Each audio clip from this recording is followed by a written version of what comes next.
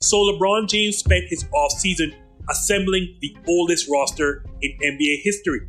And when the inevitable criticism came, he told the haters to keep that same energy. But the only thing this Lakers team has proven so far is just how geriatric it is. LA has shuffled in and out, one injured player after another, while stumbling to a 16 and 18 record. So while the haters have kept that same energy, the real question is, when will the Lakers change theirs?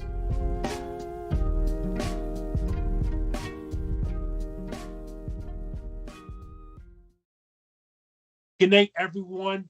Welcome back to your favorite live show, #ThisJustIn. And we have your favorite guests with me. Like, y'all know by now this is family. We've got none other than Dwayne Marcus of Goat Talk with Marcus. How are you doing tonight? I'm here. That's about all I can say right now is I'm here. It's always nice being here. And welcoming back from a long hiatus, Peyton Doyle. How is it, I'm Peyton? doing well, man. I'm glad to be back on here with you guys, man. It's always a pleasure. Even if we're going to talk some of these, we'll get into it. So as that sexy guy with the sexy sounding voice talked about early on, the Los Angeles Lakers, who had all these aspirations of winning LeBron James a 5th title, are not doing so well, or sitting at 16 and 18, I think, 8th or 9th in the West. Almost every single defensive metric is awful. Offensive metrics aren't that great. So Peyton and I will start with you tonight. Should the Lakers trade Russell Westbrook, or is there more to this than getting rid of the obvious point guard? Well, I think the whole Russell Westbrook thing was doomed from the start. They acquired him, and we all kind of thought, like, okay, this doesn't really fit with, like, LeBron, because they're both, Westbrook is super ball dominant. He's always been considered a stat patter. But that's not to say that Russell Westbrook isn't a great player. He really is. Obviously, the numbers speak for themselves. But the fit clearly never worked when he arrived. They were in talks to trade for Buddy Hield, I heard, around the same time, but chose to go for Westbrook instead. I feel like Buddy Hield would have fit better with a guy like LeBron. You look throughout LeBron's career, the guys who have worked with him the most are the role players that come in and can catch and shoot. That's why Carmelo Anthony is putting up tremendous numbers for the Lakers right now. They're just saying, hey, stand by the wings, and when you get the ball, just fire. Just be a sniper for us. Those kind of players work better with LeBron James than a guy like Russell Westbrook does. And that's not to say that they have bad chemistry as teammates. It's just a matter of fitting together on the basketball court.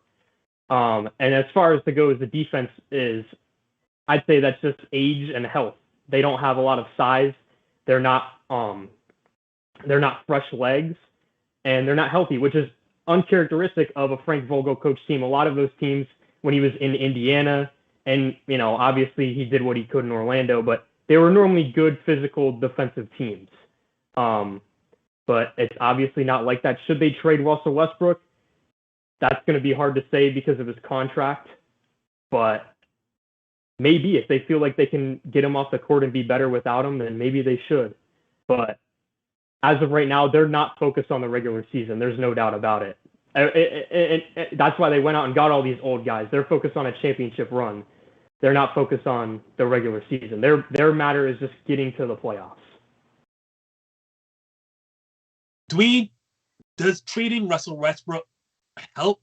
Should they trade him? Do they trade him? Well, LeBron James holds a lot of weight in the NBA, right? And what LeBron James needs to do is he needs to call Adam Silver. He needs to tell Adam Silver to create a bubble in Disney World again so that when AD gets healthy, he can be a good player again. That's regardless of what's happening with Russell Westbrook. That needs to happen first. Now, as Peyton said, right, Russell Westbrook's contract is about as immovable as a contract can be in any sport, right? He's getting paid $44.2 million right now. He's got a $47 million option for next year. It's a player option should he choose to accept it. But Russell Westbrook is doing what Russell Westbrook does, right? Like this was the issue with Russell Westbrook in OKC that we all ignored because he was posting up triple doubles and carrying that basketball team until they were getting bounced out of the first round every season. This is what Russell Westbrook did in Houston. It's what Russell Westbrook did last season in Washington. We all know historically LeBron James hasn't played well with other players that are ball dominant, right? Because LeBron James is at this point in his career more of a point guard than he is a power forward or a small forward or whatever forward position you want to put him at on any given night, right? The issue is it's not so much of should they trade Russell Westbrook, is who's going to take Russell Westbrook and what are you getting for Russell Westbrook, right? Are you going to trade him to Philly for Ben Simmons? Maybe. Are you going to send him to Houston for John Wall? Probably not. Are you going to send him to Brooklyn to get Kyrie Irving? I don't think LeBron James wants to do that. So it's not even the question isn't should they, because we all know they should. And I think LeBron James and other members in the front office think that they should. It's a matter of where are you sending Russell Westbrook? Where are you going to send a Russell Westbrook where you think that you can get something of equal or better value that's going to help your championship aspirations? Why LeBron James didn't pursue a Buddy Hield trade and this front office didn't pursue a Buddy Hield trade, we don't know. Why LeBron James and this front office didn't look at going for a DeMar DeRozan, we don't know. I mean, you make calls to Washington. Why are you overlooking Brad Beal? Why is Russell Westbrook the option, right? So there are a lot of questions about this, but I don't even think the issue is should. I think it's a matter of will they. I mean, even if you look at the AD component, he has a no trade clause. AD's not waiving his no trade clause if LeBron, unless LeBron makes him waive his no trade clause, and I don't see that happening. So this is a roster that LeBron James has constructed. This is a roster that I'm pretty sure a lot of people that are close to LeBron James told him was not a roster that he should have constructed. But he's going to do whatever he wants to do because he wants to win a championship. And maybe we're all wrong in a couple of months when they host the Larry O'Brien Trophy. But right now, it's not looking like that. No, we're not going to be wrong because all the same points y'all made, I made them when this trade was initially made, and I made them on opening night.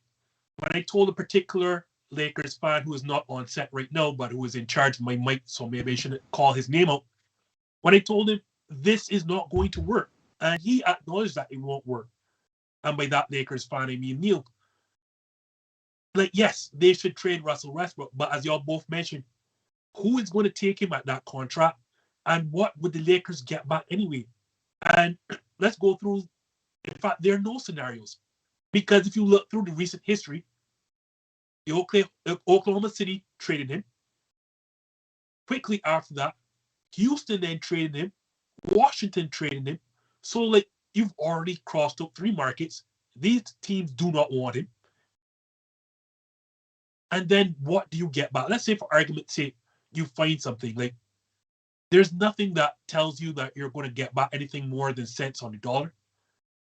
And from the get-go, as y'all two mentioned, right, LeBron James is indeed a point guard. Don't let all the numbers and stats fool you. LeBron James has spent his entire life playing on the ball.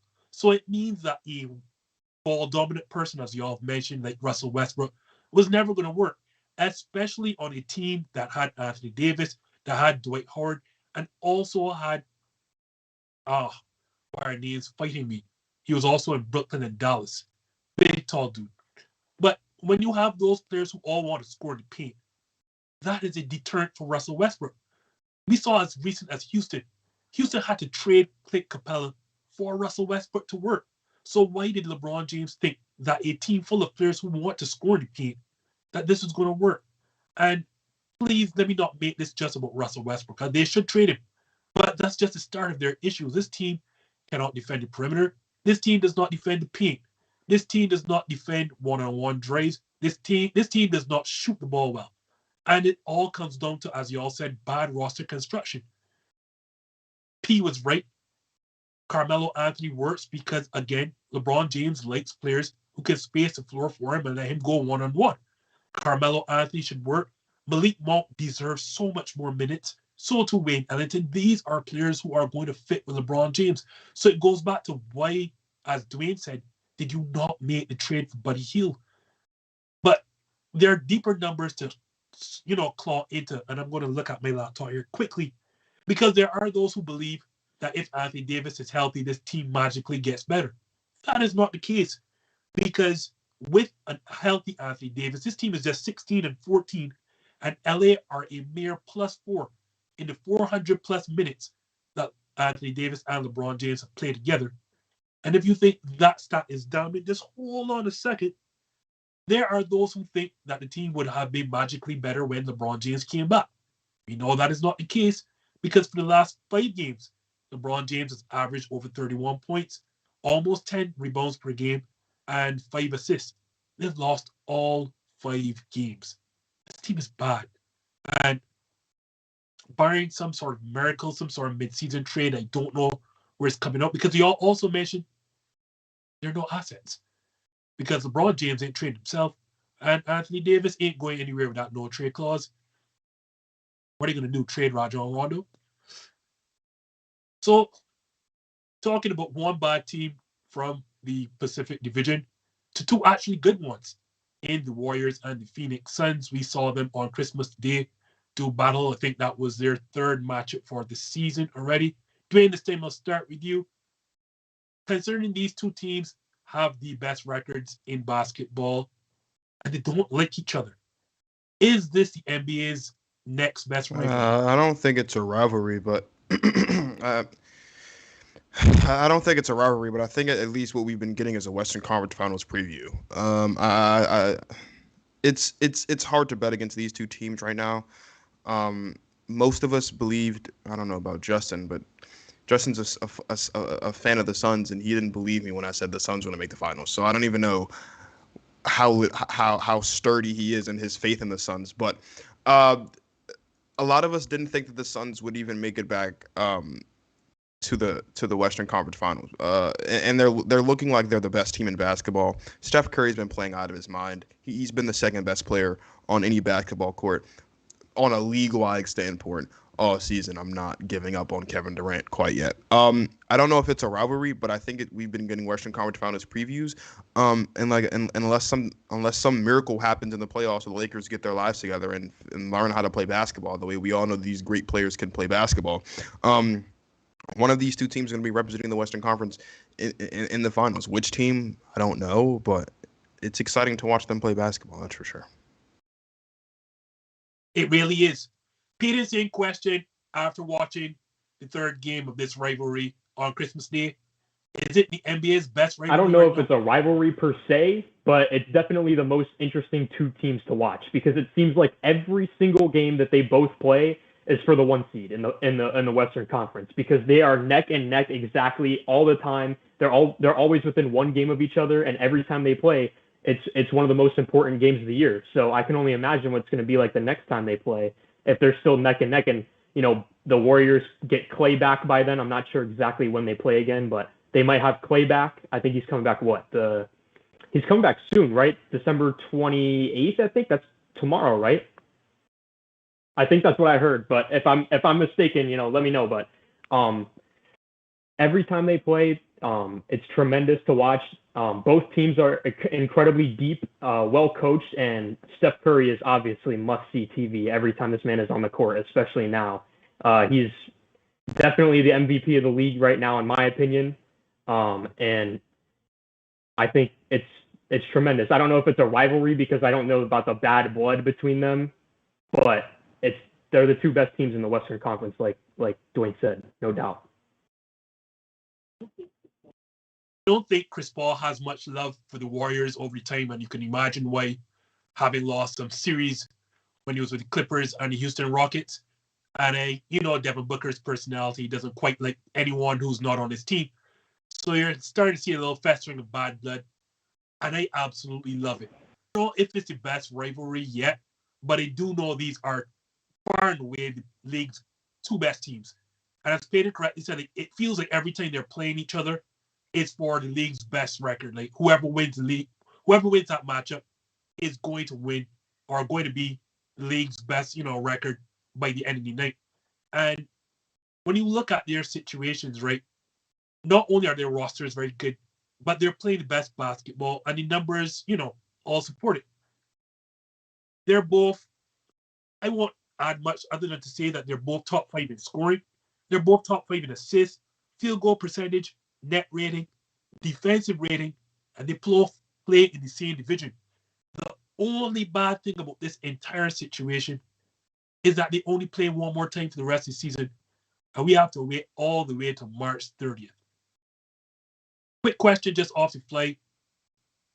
Who do you think is a better team right now, Peyton?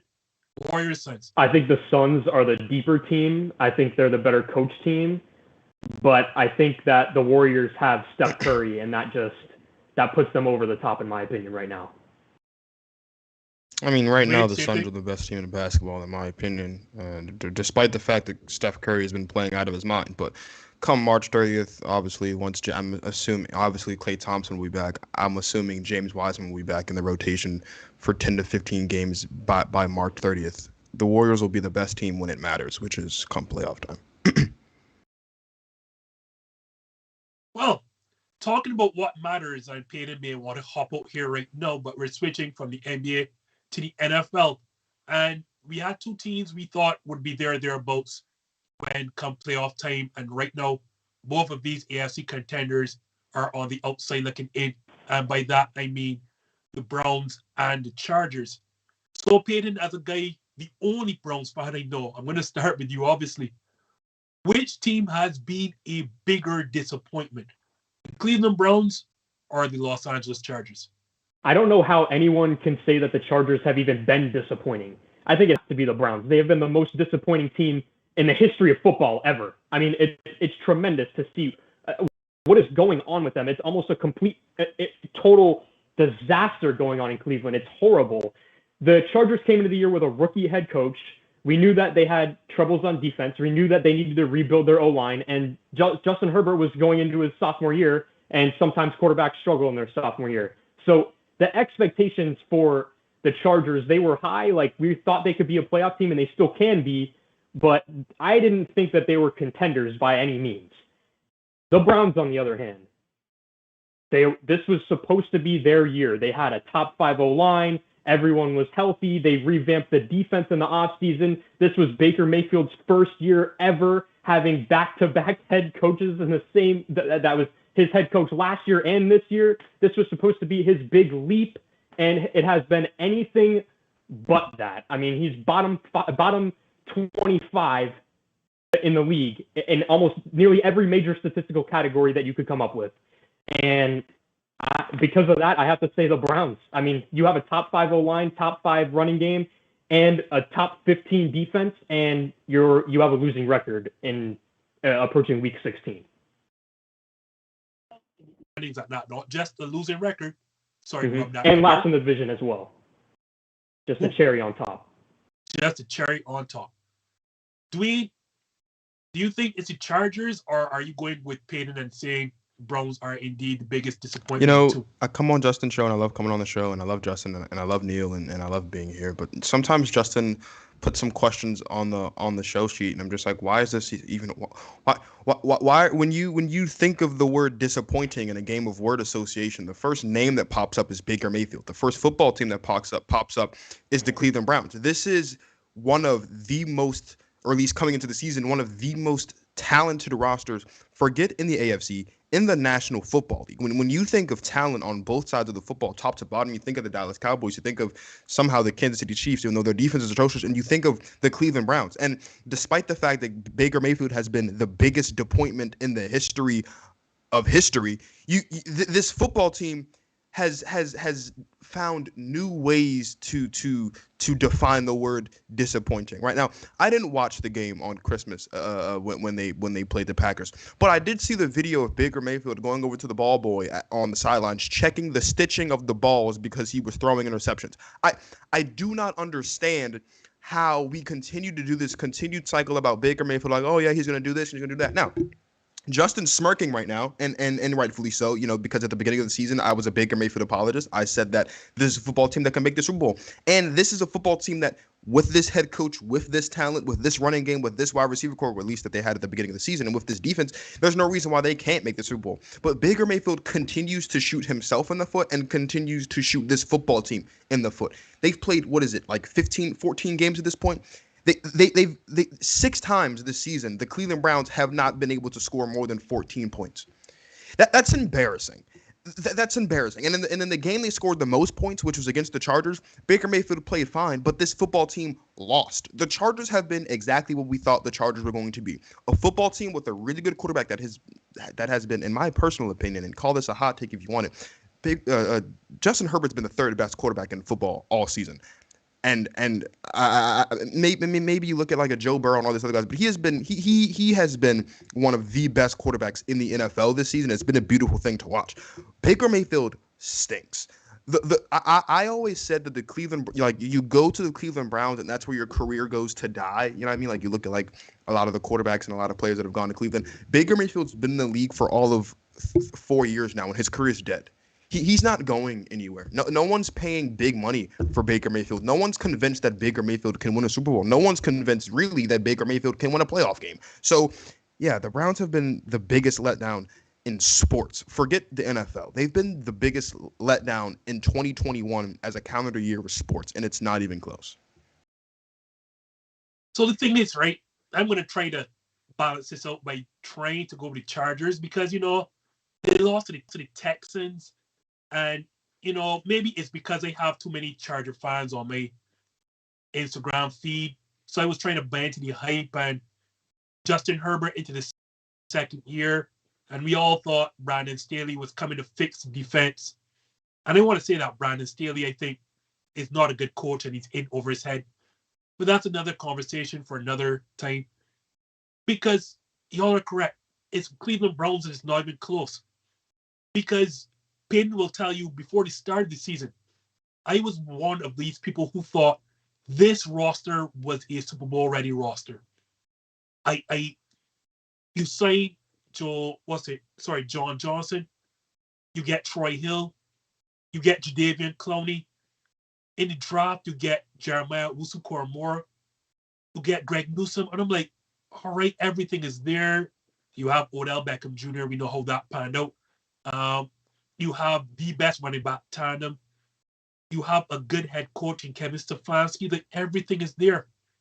And then early season, I pumped the brakes. I said, hold on, Justin. You know football better than this. That's the one question mark this football team has. The one question mark. And I said, it's that quarterback. And I kept telling myself, Justin, if this team makes the playoffs, this quarterback is not going to win a game. I told another person on this panel, the problem that you will see with Baker Mayfield is in the fourth quarter, if they need to win a game and they have to put the ball in Baker Mayfield's hands, you will see what happens. So said, so done. We saw it against Kansas City, came up short. Against the Los Angeles Chargers, came up short. And against the Green Bay Packers, came up dreadfully short once again with 4 turnovers. The Cleveland Browns are not the disappointment. It's Baker Mayfield. And what hurts with Cleveland is that in his draft, they missed Josh Allen and Lamar Jackson to draft Baker Mayfield number 1 overall. I'm just going to run through some quick stats here, or just one actually. Baker Mayfield in total QBR is 25th in the league. 25th. Do you know where that or who that puts him directly behind? That puts him directly behind Ben Roethlisberger, Teddy Bridgewater, Daniel Jones, and Taylor Heineke. The numbers are suggesting those 4 quarterbacks this season have been better than Baker Mayfield on a team that has Nick Chubb, Kareem Hunt, had Odell Beckham Jr., who is starting to look like the star he once was. And I'm missing so much more. It can't be on the coaching because we saw what Kevin Stefanski did last season. And you can tell that Kevin Stefanski does his best to take the ball out of Baker Mayfield's hands. And I think, Peter, you can correct me if I'm wrong. I think Baker Mayfield is almost last in terms of attempts by people with a particular number. I think he averages the least amount of attempts by a starting quarterback in this league and still has, 11 interceptions as to only, 15 touchdowns this league.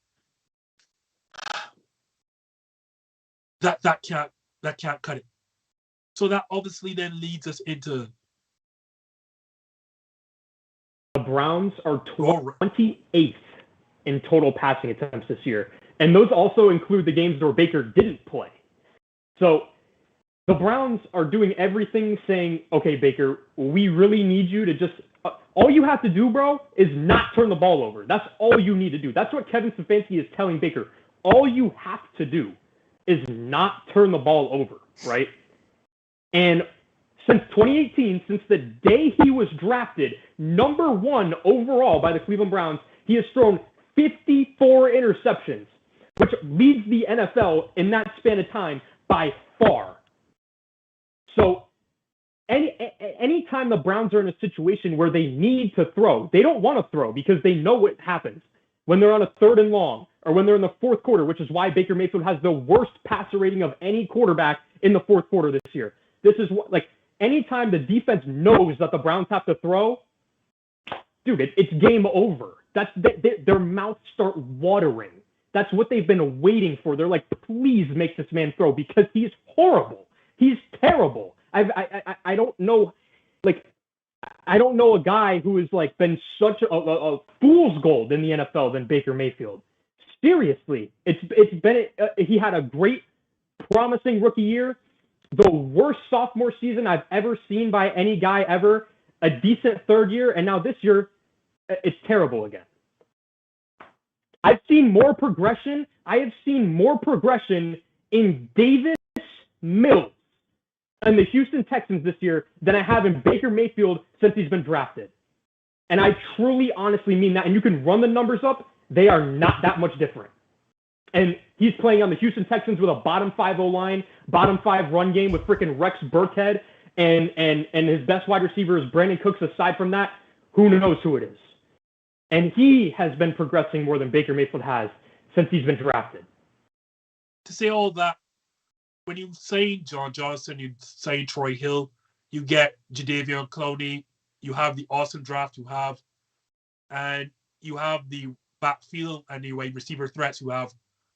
7 and 8 is not connect because reality is you were looking at a Super Bowl.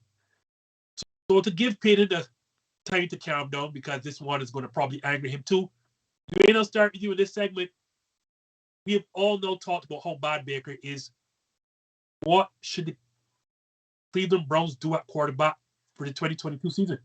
For the 2022 season, Spencer Rattler's in the transfer portal, which means he's not coming out. Bryce Young isn't coming out. There are a litany of other talented college quarterbacks that aren't coming out. So now we're talking about let's trade for somebody, right? And I gotta say, Baker Mayfield is making me love Jordan Love a lot because Jordan Love. No, and I mean this. Jordan Love stinks.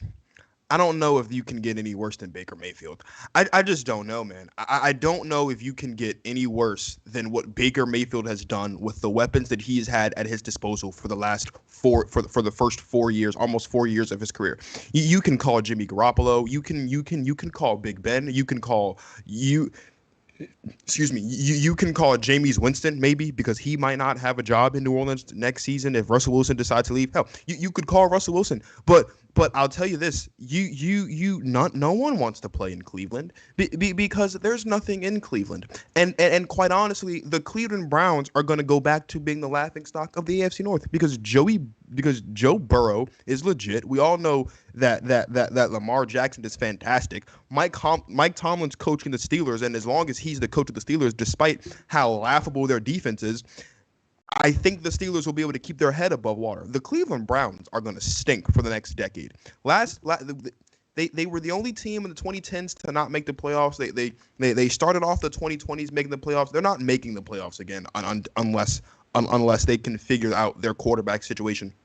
And it's almost impossible because there aren't a lot of guys out there you can call on. Are you going to call Ryan Fitzpatrick out of Washington? Are you going to try to trade for Derek Carr? Or are you going to put your trust in Matt Ryan, who I love, and try to you can't. You're stuck with Baker Mayfield, and I'll be honest. As a Packers fan, I'd much rather be stuck with Jordan Love at this point than be stuck with Baker Mayfield because it's just what do you got to lose, man? What do you got to lose? Like Baker Mayfield is officially going to be the last guy that's picked for dodgeball and baseball and basketball and all the other pickup games you play on the schoolyard with your friends back when you know, back at recess, you know.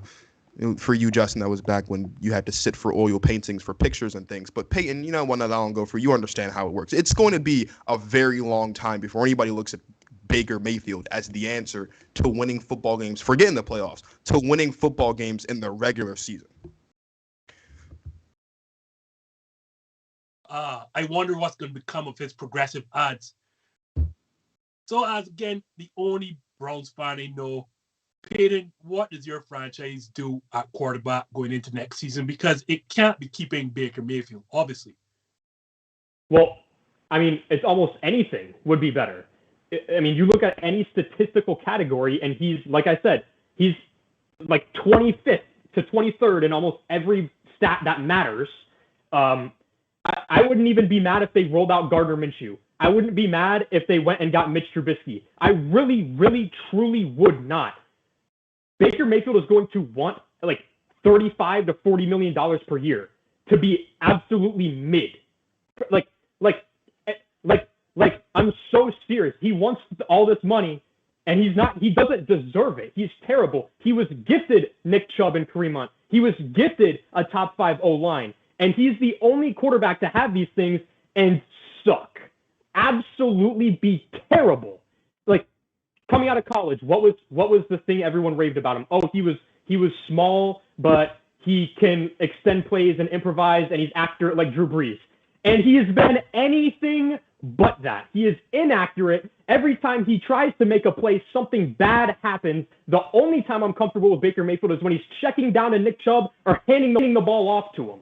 So with that being said, I would say Jimmy Garoppolo would be a good replacement. I would say anyone who can just manage the game. This is the same offensive scheme that got Christian Ponder to the playoffs. Christian Ponder to the playoffs and Case Keenum to the NFC Championship game. All you have to do is take care of the football and not turn it over and make plays when you have to. So I would look at Jimmy Garoppolo. I would say, I would even give Houston a call and say, hey, what's the deal with Deshaun? I want to know what's up with Deshaun Watson. Because if you could get him and he gets out of his legal trouble, of course, that's a top 5 team in the league. This is a guy who can make plays. This is a guy who's not going to turn the ball over at alarming rates. And he can do things. He's not one-dimensional. Or if you don't want to go the big money route, I would say look at the guys like Jameis Winston or Mitch Trubisky that might be able to do something. Maybe Matt Nagy was the problem and not him. Even Gardner Minshew, who is actually what Baker Mayfield should be, a guy who doesn't turn the ball over, plays efficiently, has a high completion percentage, and doesn't do too much. Maybe that would be an option. They have tons of options. There's tons of talent at quarterback in the NFL, and they're almost all better than Baker Mayfield.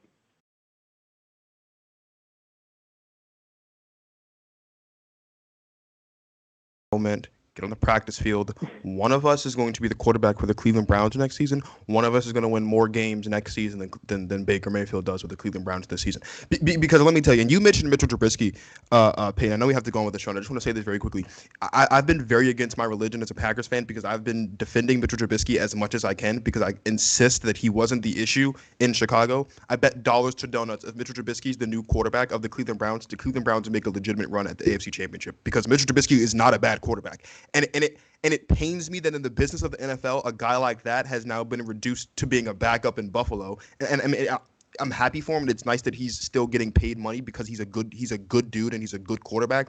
But if Mitchell Trubisky's on the Cleveland Browns next season, I bet you dollars to donuts, the Cleveland Browns have a legitimate shot of going to the Super Bowl next season if he's their quarterback because he's not a bad quarterback. He's really good. He is light years better than Baker Mayfield. He can hold his own against the Ravens, against what the Bengals have going on. He can absolutely hold his own against the Pittsburgh Steelers, and that's just within the division. And we know as long as you're top 2 in the division, you've got a shot at making the playoffs, especially now that you've got an extra playoff team. Mitchell Trubisky to the Cleveland Browns makes the Browns legitimate Super Bowl contenders, and I mean that with every fiber of my being. I mean it. Yeah, I 100% agree. I always thought Mitch was kind of pushed away from Chicago for no reason, and you can see what they're doing right now without him. And if you look at the numbers between him and Baker, they're pretty similar. And Mitch Trubisky was dealing with a lot less help. They had a great defense, but coaching was obviously not there, and that is becoming blatantly obvious as this year goes on. David Montgomery hadn't broken out yet and become this great back that he is now, and the offensive line is certainly nothing compared to Cleveland's. And I'm looking at Andrew Berry. Dude, you need to make a move, bro. Look at the other teams in your division. Baltimore, they're going to get healthy. They're going to be contenders for years to come as long as Lamar Jackson is healthy and doing his thing. And did anyone see what Joe Burrow did yesterday? 525 yards, 4 touchdowns. Are you freaking kidding me, bro? You need to make a move. And Pittsburgh, you could give them a high school practice squad. As long as Mike Tomlin's the coach, they're still going to be around 500.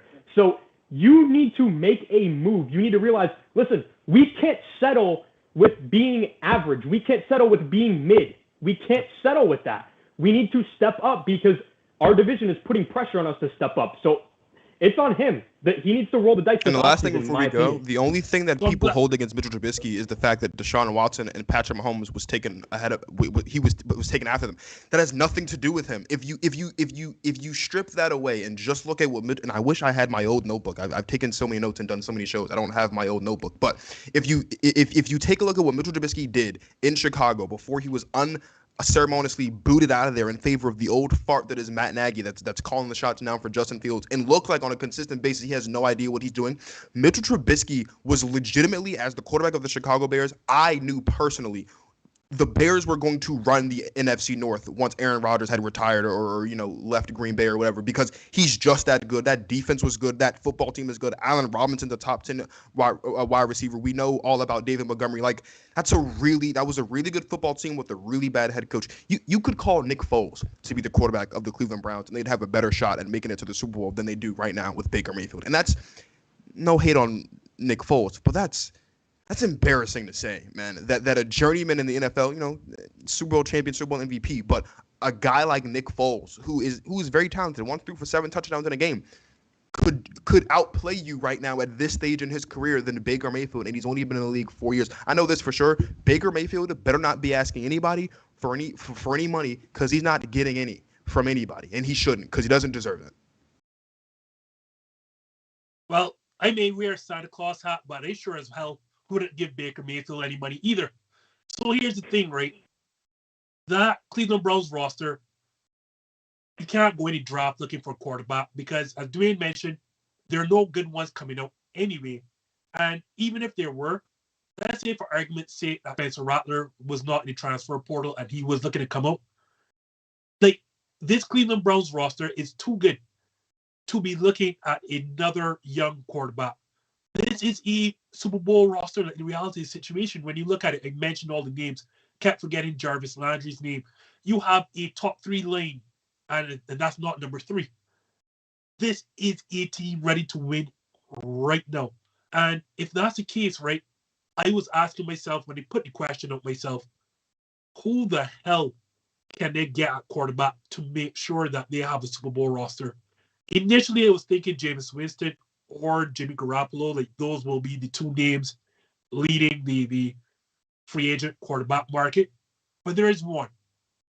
And he has been to a Super Bowl already. And I am shocked, like flabbergasted, bewildered, stunned that the Atlanta Falcons have not moved on from us yet. And I do mean Matt Ryan. And for whatever flaws, whatever deficiencies Matt Ryan may have, Matt Ryan does not turn over the ball, at least not at the rates that Baker Mayfield will. And Matt Ryan in this offense, where he's just a caretaker and asks to make the simplest and easiest of throws, I can assure you that this is a playoff contender. So, yeah, I think, Peyton, for the sake of your team, like, if it's not Jimmy Garoppolo, and even then, we saw the upside. Jimmy Garoppolo's upside is not very high. And we saw him almost single-handedly lose a Super Bowl, 2-3 seasons ago. I think the best bet is Matt Ryan, because you can't go to anything below a Jameis Winston level because the team is just too good. And you're correct. Like, when you look through the division, you're going to have to deal with Lamar Jackson for at least another 10 years, Joe Burrow for probably another 15. You can't sit down and wait for rookie quarterback to come through. And going for Ryan Fitzpatrick, a Cam Newton, and all these other lower-ranked quarterbacks in this free agent turnstile. So for me, it's either Jimmy Garoppolo, Matt Ryan, or bust. The last thing before we go, the Cleveland Browns could call any of the 31 teams in the NFL. Get any of their quarterbacks. I don't care if it's Taylor Heineke. I don't care if it's Trey Lance. I don't care if it's Zach Wilson. I don't even care if it's Davis Mills. You put one of those quarterbacks and exclude the game changers. Exclude Aaron Rodgers, Tom Brady, Russell Wilson, those guys that we know are great. Like, you could put Kirk Cousins on this football team, and this football team has a better shot at making the playoffs than they do with Baker Mayfield. And that's embarrassing because Kirk Cousins got his money because he yelled into a camera and said, "You like that," one day, and Minnesota thought that was attractive. This is Baker Mayfield is a cancer, and that's all I got. That's all I got. And as bad as Baker Mayfield was on Saturday, Christmas Day, and boy, was he bad. 4 interceptions in very, very little attempts. The Cleveland Browns almost still beat my Green Bay Packers because that defense gave up over 200 rushing yards. And as much as the Packers have had the best record in football for the last 2 or 3 weeks right now, there are some concerns. So, Dwayne, as the other Packers fan on the show, should the Packers be concerned about their defense? I'm going to say no for the sole fact that there's not another football team in the NFC specifically that has as daunting as a rushing attack as the Cleveland Browns. Like we all know and we all recognize that the Cleveland Browns have arguably the best rushing attack in football. They have the best rushing tandem in football. When you look at like what the Cardinals have, and I love James Conner. The Cardinals are gravely misusing James Conner, and that's one of the reasons why they don't have an identity. That's not a concern to me, right? Even if you look at some of the other teams that are in there, like the 49ers don't really have a running game. Well, I mean, they're using Deebo Samuel as their running back now, kind of the way that Atlanta's using Cordell Patterson, but he's not a true running back. I don't see Deebo Samuel having that kind of a running game in the playoffs should the Packers meet the 49ers. I don't see a Miles Sanders or Antonio Gibson if Washington can make it, or any of those football teams having a big impact on the running game like that. I would say the only team that concerns me as far as having a daunting rushing attack is the Cowboys. The issue with that is, right, Zeke is banged up and so is Tony Pollard.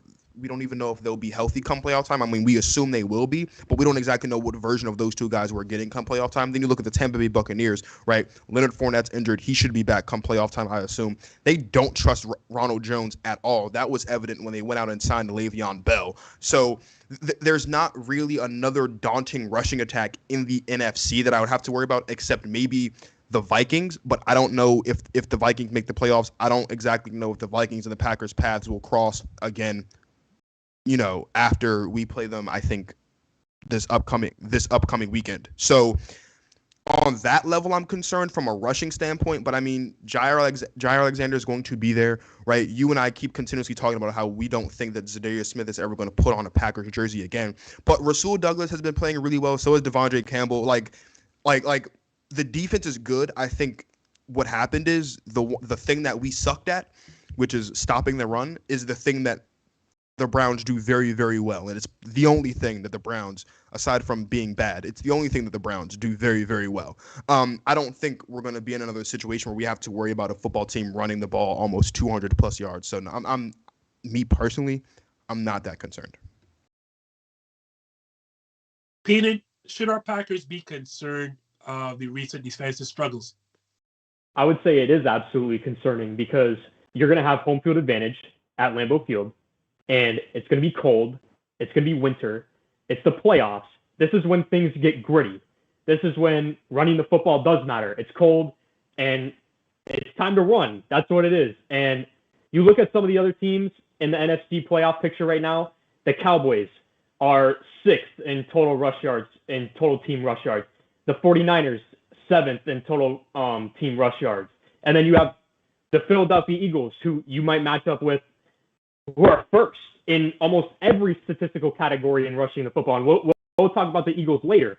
But there are teams that maybe they don't have a stud running back like Nick Chubb or Jonathan Taylor, any of these guys in the AFC, but they are very effective at running the ball as a team, as a collective group. And I'd say that it is concerning. However, it's not the be-all, end-all, because at the end of the day, the Packers have Aaron Rodgers. And as long as I have Aaron Rodgers on my team, I'm relaxed. I'm not worried. And if the NFC is going to have to run through Lambeau, the Packers should feel very comfortable with that situation.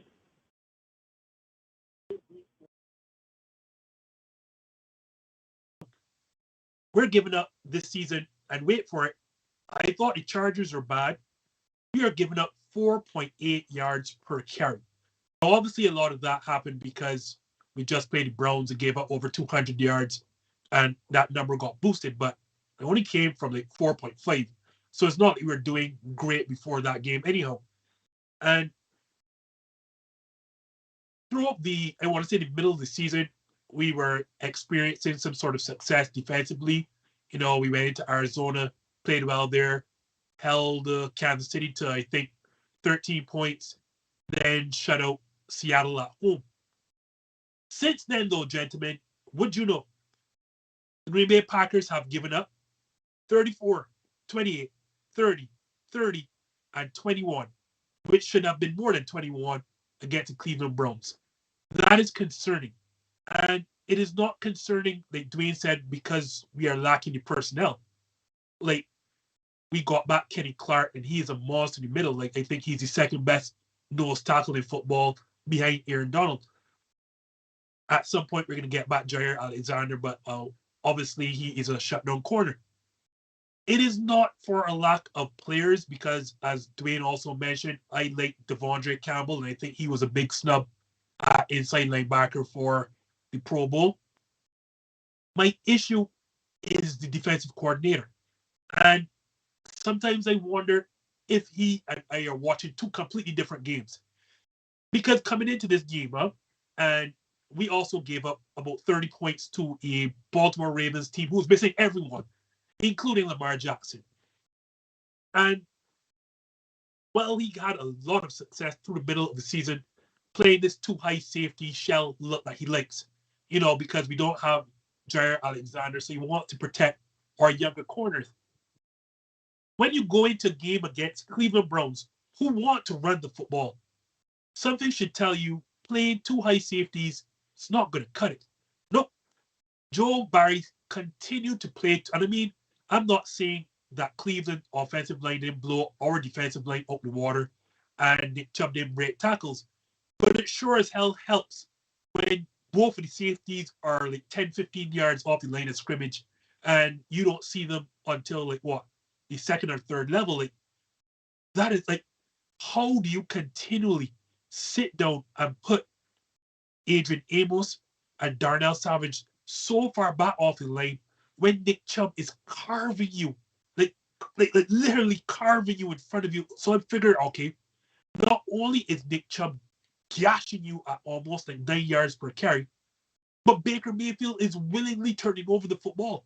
So wouldn't the game plan be to stack the box as much as possible and dare Baker Mayfield to beat you deep? And if all these reports are true, and I'm seeing him wearing harness on his left shoulder, then that means he doesn't have the arm strength to beat you deep. Then dare him. Nope. Joe Barry continually, time and time and time again, left Adrian Amos and Darnell Savage back deep.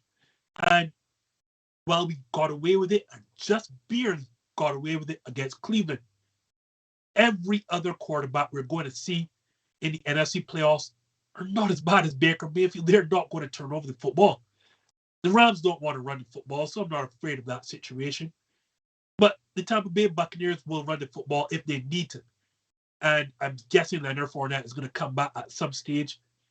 As Peter correctly mentioned, Dallas has Ezekiel Elliott and Tony Pollard. They will run the football if they need to run the football.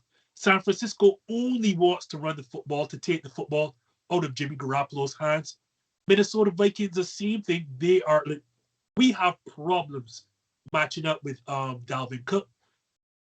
And the team we're about to get to next, as weird as it sounds, gives me so much fear in terms of the fact that I don't think it's a good football team, but the Philadelphia Eagles just want to run the football, and Joe Barry has no desire to stop the run at all.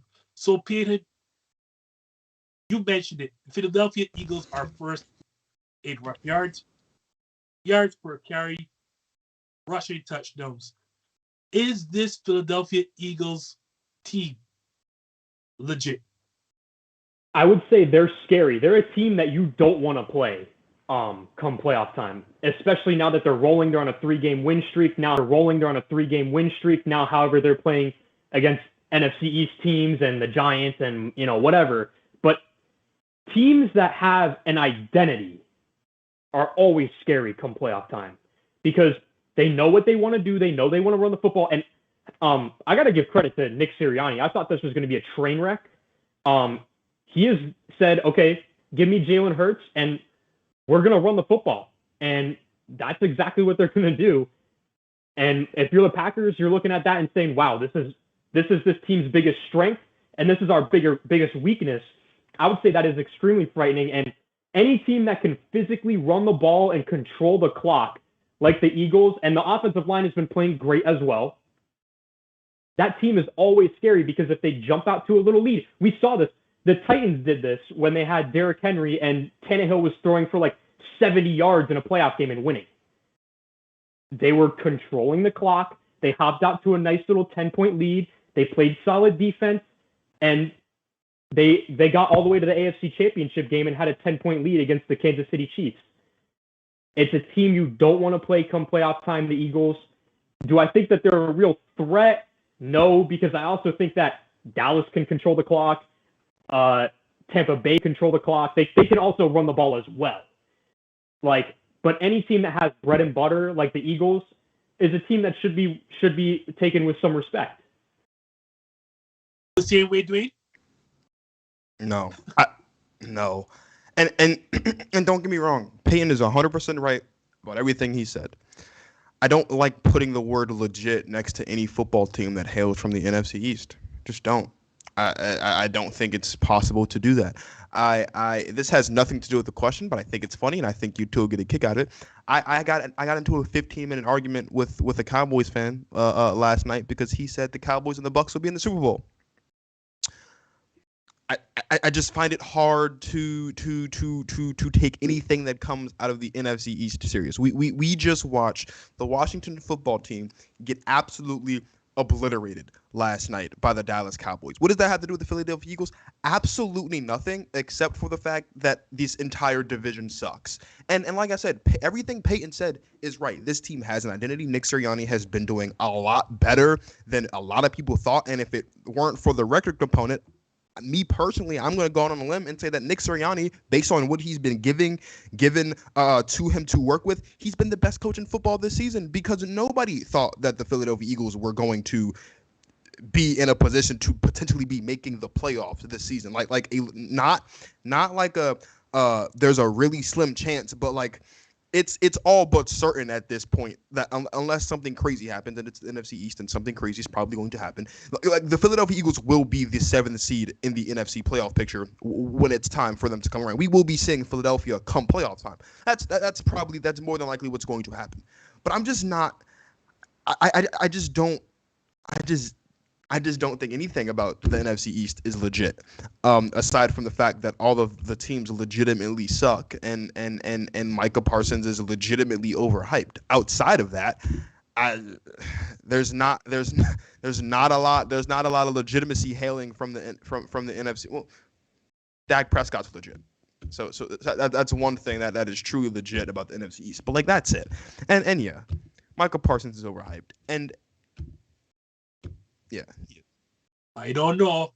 I remember, if Neil can remember correctly, he asked me before the draft or heading into draft who was going to be the defensive rookie of the year, and I told him Micah Parsons.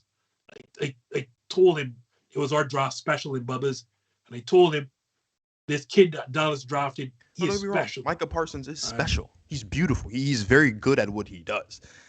I just don't like scrolling on Twitter, scrolling on Instagram, going through Reddits and seeing, oh, Micah Parsons should be in the MVP conversation, and oh, Micah Parsons is the Oh closest thing yeah, we've seen to yeah, Lawrence Taylor. Like, let's just stop with the nonsense. Micah or Parsons yeah. is obviously the best player on that defense. Micah Parsons is obviously going to be the defensive rookie of the year. Micah Parsons is going to be the first player in 40 years to get both a defensive player of the year and defensive rookie of the year votes. But he's not a better defensive player than Aaron Donald, T.J. Watt, and Myles Garrett. And you're not going to there's no amount of convincing that you can do at this point in his career. There's nothing you can say to me at this point to convince me otherwise. Until I see until I see football teams actually scheme against Micah Parsons, which no one's doing right now, partially because a lot of football teams are stupid. You're not going to convince me right now that Micah Parsons is a bigger game changer and a better defensive player than T.J. Watt, Myles Garrett, and Aaron Donald. And those are just the guys in the front four. We don't even have to get into the conversation of your Jair Alexanders and your Jalen Ramseys and your other linebackers and cover corners and safeties that exist in the NFL. You just can't convince me that he is among one of the best defensive players in the NFL overall this soon. You just can't.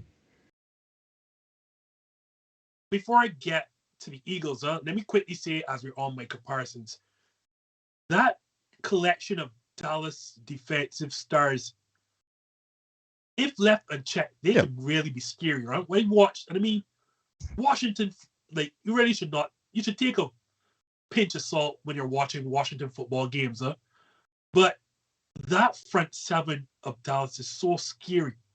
When you consider that they have Randy Gregory and they also have DeMarcus Lawrence and Micah Parsons, and they just move Micah Parsons up, down, left, right, so you don't know. So to your point, Dwayne, the reasons teams struggle to game plan for him is that you don't know where he's going to be in any one snap.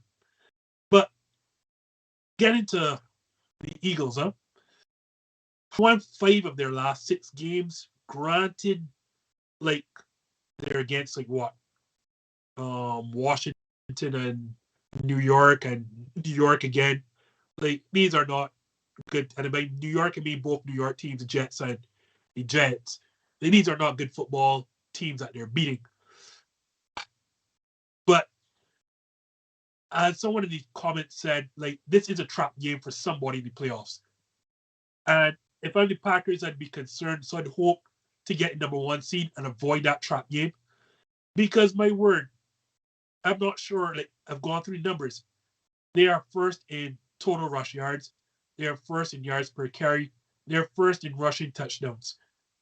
This is a team, as Peyton said, has an identity and know they want to run the football. And Joe Barry, our defensive coordinator, has no inclination to want to stop the run. So it looks like a bad matchup. I will stop short of calling this team legit, though, because let's say, for argument's sake, they get a good matchup and do win one playoff game. It stops there.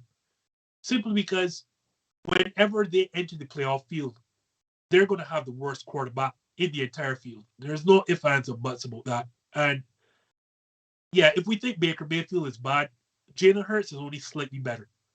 And I shouldn't use better because better is a comparative of good. So he is not as bad as Baker Mayfield. I'll leave it as that. Like, this is a guy who is what? 21st in total QBR.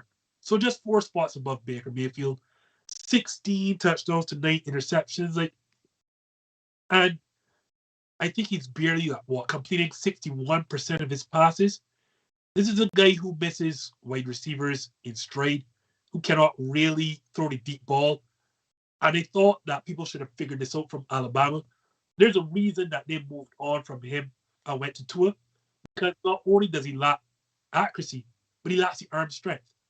And the moment that people figure out, let's load the box, let's take away this run, and we are going to live with whatever Jalen Hurts does with his right arm. Yeah, I think that's the moment that Philadelphia's run ends. And I mean, I'm happy for this run, but it really has come against all bad teams.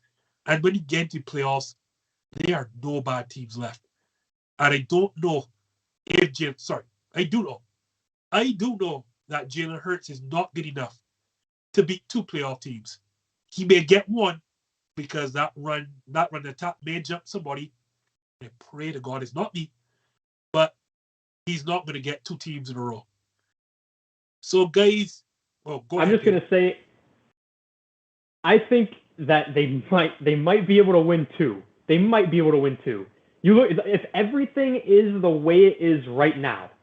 You look at the Eagles right now; they have the 5th fewest turnovers in the league on offense. So they're not turning the ball over, and they're running the ball exceptionally well.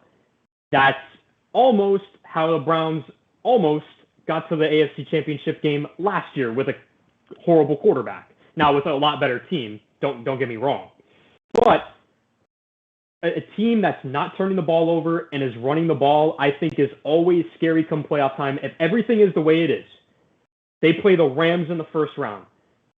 The way that the Rams have been, I think sometimes Sean McVay kind of like gets carried away with himself, and he's like, oh, like I'm this like mastermind, blah blah blah, and he goes like all out when like really football is a basic sport, and it's like kind of you have to run and be balanced, and he goes crazy, and now Matt Stafford's throwing a ton of interceptions, so they're turning the ball over. Philadelphia might be able to jump out to a lead and control the clock and win a game, and then they win that game, they go to Lambeau. Okay, Matt LaFleur has like the highest win percentage at home since becoming a head coach in the NFL out of anyone during that span. But you have a team whose biggest strength is the Packers' biggest weakness. And then that puts them in the NFC Championship game if they somehow do that. I don't think it's going to happen, don't get me wrong. But like just to kind of have like a little fun little thought of it happening, I think it is actually possible. I don't think it will happen though. As I said, I think they would get one team, but I would have to think Joe Barry is smart enough that if he sees somebody get blitzed by the run, he would turn around and say, hey, guess what? 2 high safeties is not going to stop this because Baltimore showed me that. So too did Cleveland, and well, this is not going to work against Jalen Hurts and this ridiculous rushing attack. Like I would hope and pray that Joe Barry would have wisened up by then, but Dwayne is shaking his head. I will tell you this. We will find out this weekend on Sunday Night Football when we play the Minnesota Vikings.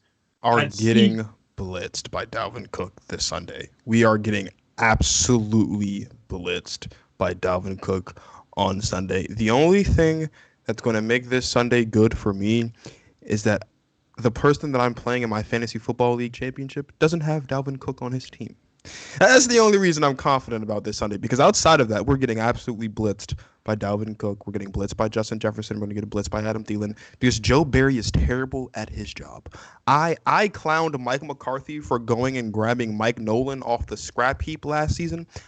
I don't know why Matt LaFleur went out and thought that Joe Barry was any good. When you look at Joe Barry's defenses before Green Bay, we're talking about like the 27th ranked defense with Washington, the 25th ranked defense somewhere else. He's not good at his job. And like I understand there was a lot of hate towards Mike Pettin. Mike Pettin's much better than Joe Barry at his job. Mike Pettin's not as bad. You want to be politically correct all the time. Let's just call a spade here, Justin. Mike Pettin's better at his job than Joe Barry. No, there's no. But as I said, better is a comparative of good, and neither of these two men are good. I don't know how you look at the Cleveland Browns with a quarterback that's already given you the ball 3 times, and you say, you know what will work here? Let's continually play these 2 safeties 15 yards off the line of scrimmage. I'm like, what is this? Guys, I want to go and watch. I really don't want to, but I mean, it's nothing else to do Monday night, so I want to go and watch some Monday Night Football. I don't know about y'all guys. So quickly, I know Peyton has left this game for quite a while to become a bowling champ. At some point, I hope he comes to Wisconsin and gives me some bowling lessons. So Dwayne, tell the kind and lovely viewers out there how to find you and what do you have coming up next. I'm sorry, I just got a notification that Kevin King and Amari Rodgers are on the COVID-19 list. That's fine. Kevin King sucks anyway. You can find me on GTB Marcus on just about anything: Twitter, Instagram, TikTok. As far as what's next, I have no idea because it's the end of the year. I don't really feel like doing something else.